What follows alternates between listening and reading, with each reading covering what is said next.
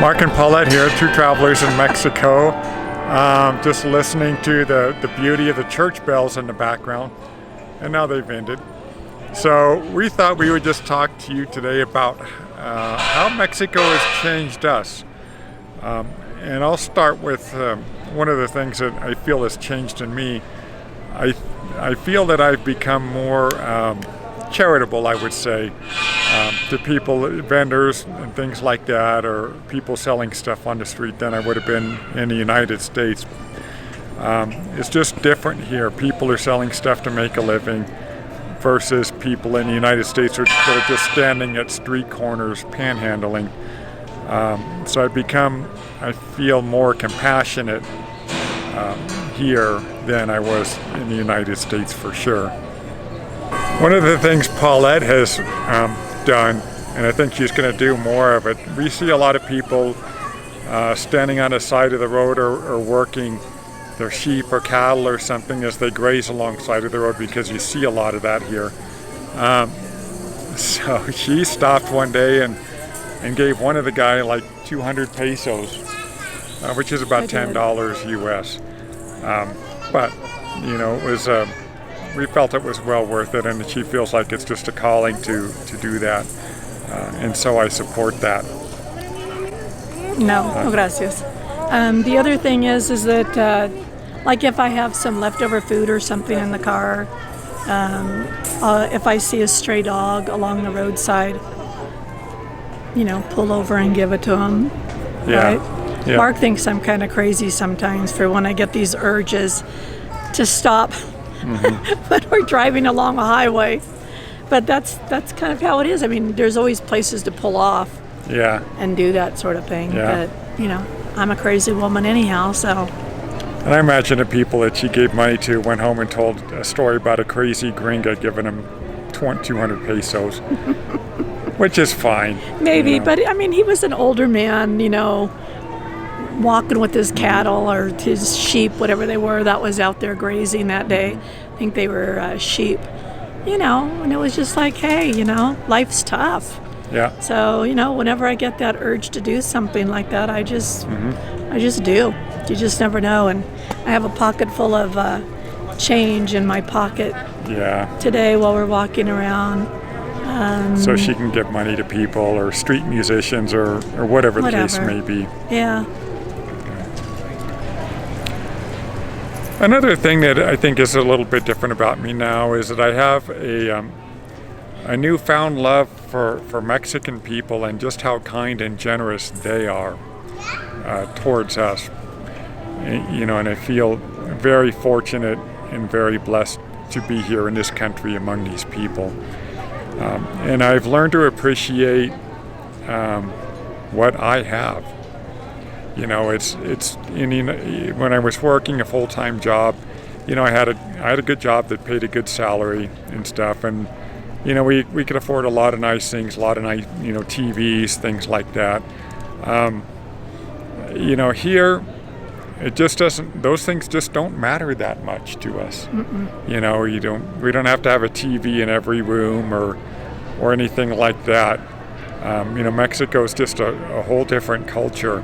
Of course, I feel very fortunate to be in the position that I'm in, to be retired and just simply enjoy Mexico without having to work. But I also appreciate Mexicans here because they do work to very old ages, but they get up. They're out there every day trying to make a living, and so I feel like at least part of the reason why we're here is to give back to these people, in any way we can. As an example, our YouTube earnings, whatever we make on. What are we up to now? Like $200? Yeah, $250 or so. Whatever we make on advertisements that run on our YouTube channel, we are going to donate that to a charity here. We haven't actually done it yet because it takes a little while, and I had to fill out some online paperwork. So, in about 5 months of monetization, we've made about $250. So, but we're going to turn around and give that to a a charity here in San Luis Potosi. So if you guys wonder, with all those annoying commercials, why we do it, it's just so that that extra money can go to a good cause here in Mexico. And the other thing is it's taken us how many months? 5-6 months that we've been monetized. Monetized, yeah. Yeah, to get $250. Yeah. So you don't get very much, and of course, we only have like 1,500 subscribers. Right. So we're not trying to do like shocking titles so that everybody like tunes in. We're more focused on sharing things that we learn for other people that have an idea or don't have an idea of what Mexico's like, and we're hoping that through us they can learn those things that we've learned being here for the last year. Yeah. So that's pretty much why we do it. Just to share with others. And will we ever have more subscribers? I don't know, but that's not the point. The point is that we want to show Mexico through our eyes. Yeah, without poking our eyes out accidentally. So another thing that I absolutely love about Mexico, that is so different than the United States, and that is like today, I bought a couple of things off of a street vendor here, and there was a couple of girls that came up, younger girls that came up, and he was explaining something to me, and even though I don't speak Spanish very well, I can pretty much get the gist of what they're saying. But anyhow, these two girls proceeded to tell me what he was saying and, interpreted. And I mean, it's just, you find that a lot. People that know English, they'll do that. They'll just, like, if you're doing something and somebody is saying something and they look at you and see that you're, gringo, they'll just start talking in English and interpreting it for you, which I think is just pretty awesome. I mean, that kind of stuff, I don't know, I just think happens a lot here in Mexico. And I don't know in other countries how willing people would be to do that if you don't speak their language. Yeah, and this girl did not work there. She was just another customer like us. Another thing that that I appreciate about Mexico, and I think has more of an effect on Paulette, is that Paulette is a type A personality, and she wants to do, things to be done and things to be done now. Right now. And that was Ándale. That was a concern to me at first because Mexico's not a type A country. However, she has adjusted pretty well to that. She still has a tendency to want to be a type A. However, we have learned to expect that, if you're expecting deliveries or something like that on a day, it might not happen that day or the next day, but it's just part of how Mexico works. And I think to truly appreciate it, we appreciate all aspects of Mexico. Another thing is that I feel has probably changed more so in me than Paulette is resourcefulness. Paulette's always kind of been that way. I have not really. But you come here and you realize that, the plastic bottle that you throw away here could be converted into a small planter. It could be converted into a funnel. You learn to think about things in different ways. That what is its use now, its current use, and what it could be converted into and become useful as something else.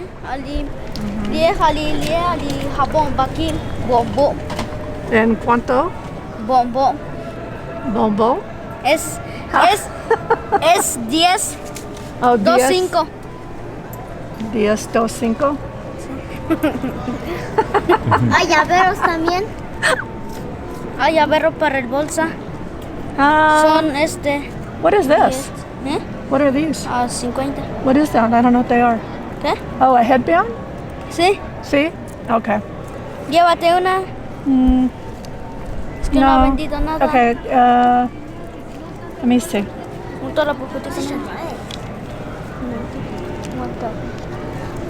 ¿Y qué idioma hablas? ¿Qué idioma hablas? ¿Qué idioma hablas? ¿Qué idioma hablan? This one? ¿Qué? Inglés. Okay. And ¿De dónde vienen? okay. Llévate un llavero para el bolsa. No, I don't. No. Okay, and this one. 2. Okay. Okay. ¿En cuánto? 10 pesos. 10 pesos. Se te acaba. Gracias. ¿Y cómo te llamas? ¿Cómo se dice en tu idioma? Oh, there's ¿cómo que? 10. Es un montón. Dice que quiere el regalo. Dice que quiere dinero. Gracias. Here. Gracias. You're Muchísimas welcome. gracias. And that, my friends, it's why it's difficult. You just can't say no to children selling stuff here. A lot of this stuff, I mean, they could possibly have handmade those things. We don't know. I'm sure that they're handmade. I don't know. He's right. And that goes back to the feeling more, wanting to be more charitable here Yeah. in Mexico, at least for me, and I think for Paulette too. I can't tell you how many of these I have bought Yeah. and how many of these I don't have anymore. Yeah. But it's not for buying these other than just to give back to them. Mm-hmm. You know, and I paid him what they were worth and then I just gave him the rest of my change. Yeah. You know, and he was pretty happy about that. Yeah. But it's hard when you get those little kids that come up to you, you know. And it's hard when you get disabled people when, you know, they're sitting there with their cup asking for money. I mean, you know, we're in a position where we can go ahead and give back. So why not? It doesn't hurt us any, That's what we do. you know. Yeah. Another difference in me is that I've really loved to learn the Baroque architecture here in Mexico in different cities and on churches. It's on churches, it's on buildings, it's on even center plazas, as you can see here.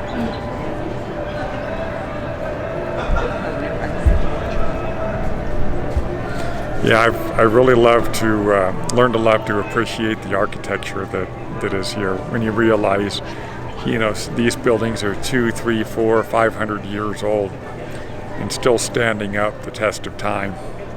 Yeah, some of them go back. I saw one that was like 17. Is it this one? 1770, this building right here. This building here was Or 1770. it says 1810. I don't know what 1810 to 1910 is. And then it says 1770 to 1950. So, I mean, just the beauty here is just phenomenal. And Morelia was beautiful too. But I don't know, something about even the freezing cold at night, you guys, in my apartment, I just love everything about San Luis Potosí. Yeah. You know, and it reminds me a lot of Spain when Mark and I were there several years ago.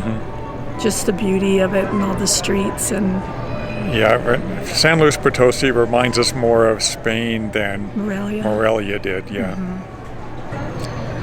One of the things I think that has changed for both Paulette and I is we both have a lot deeper love for the Mexican culture, the Mexican people than we did when we first came here. We appreciated them when we first came here too, but it seems like with every passing day we appreciate that even more, and we're trying to actually be a little bit more like them in some respects, you know, just learn to appreciate all of your heritage. And I'm not sure that when we were in the United States we really appreciated all of our heritage. You know, things are different here in that way, and Mexicans do appreciate all of their heritage, and some of it isn't great, but they've embraced the history of it all, and you know, live, I think, happier lives for that too. And that's what Paulette and I are learning to do, is really embrace the Mexican culture and all that goes along with it, and learn more about their celebrations and their holidays and things like that. Well, what it reminds me of is, it reminds me, and maybe this is totally off base, but in my head it makes sense. Like when you think about the Indians that lived on the reservation, how they were proud people. And that's how I feel about Mexico. I feel like the heritage is shown in their culture by many different events that they have throughout the year, and they dress up, and it's just festive, and I like that culture has never gone away, that not culture, but that ancestry, of events and important days have never left. Yeah. In Mexico, you can look at the Mexican calendar, and just about every day is a celebration of something somewhere. But I think in the United States, I think that's been, the United States is more of a melting pot, true, maybe, but I don't know. It's just, I see these vendors walking around. In fact, there's 2 that are going to be coming our way again, and it just, I don't know, my love for Mexico just grows fonder and fonder, being here every day. For the Mexican people and what Mexico's all about. Our love for Mexico just continues to get deeper and deeper every day that we're here. Yeah, and like Mark, I think it was in our video where we interviewed Andrea and Antoine. How did we say that again? Shoot, now I just lost my train of thought. Crap, I don't know what I was going to say. Yeah, we get a lot of people come up to us and ask us where we're from, and we'll say from the United States and stuff, and they'll ask us questions about the United States, and they're always so happy that we're here, but they express an interest in us as we express an interest in the Mexicans as well, in the Mexican culture as well. But they'll take the time to ask you, where you're from. Like when we were talking to Jesse.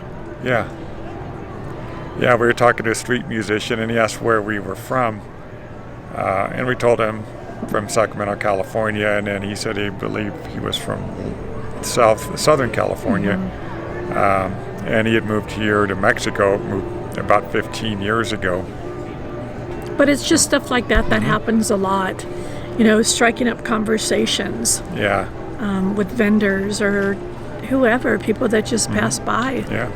And that isn't something that happens in the United States. Right. It's just random acts of kindness in some ways, of people taking an interest in you and why you're here. And we feel very loved when people do that. And we really hope that our videos convey the love that we have for Mexico. We're not one of those people that are here because we can get more for our buck. And like Mark said before, if that's why you're here for the wrong reason.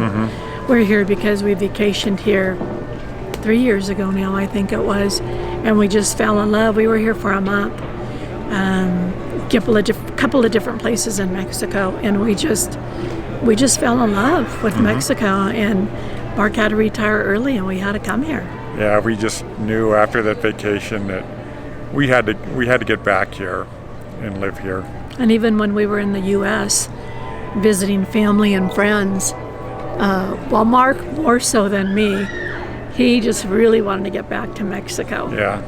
And I think the longer that we stayed there, the more that American whatever was kind of taking over me in a sense. You know what I mean?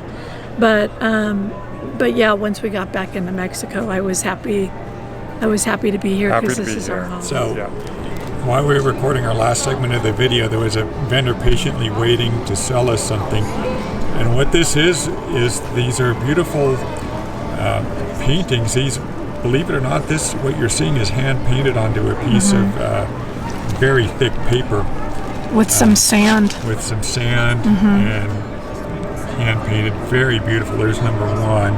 This one The is second really one we beautiful. bought, this one is just amazing. This is probably my favorite of the three. And just we the bought. sand. So what we're going to do is we're going to get some frames. Yeah, we're And- gonna frame these puppies. Yeah. And then this is another beautiful one, I This is the Maya believe, of the Mayan calendar. Tells you about each of them. Yeah.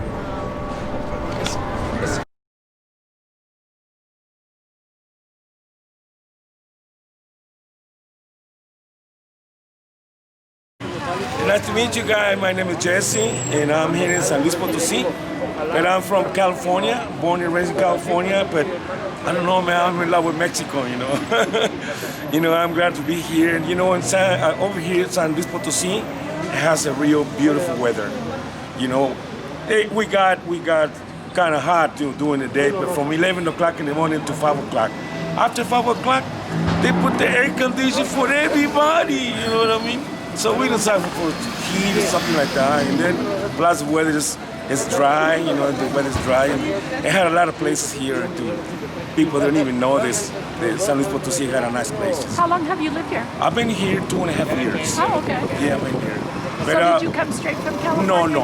I've been here 15 years. Okay. 15 years, but I go back and forth to U.S., but man, every time I'm over there, I want to come back because, I want to go back. I miss Mexico, really, Hey, it's nice to everybody come and live in this place, because it's a nice place. After a year, we went back to the United States for 2 months, and we were missing Mexico every day. Well, God bless you. God bless you. Well, I'm here, I'm here almost 2.5 years, and I love San Luis Potosí. Are you usually in the same spot? Well, sometimes we stay here. Okay. And then we go to the main street over here.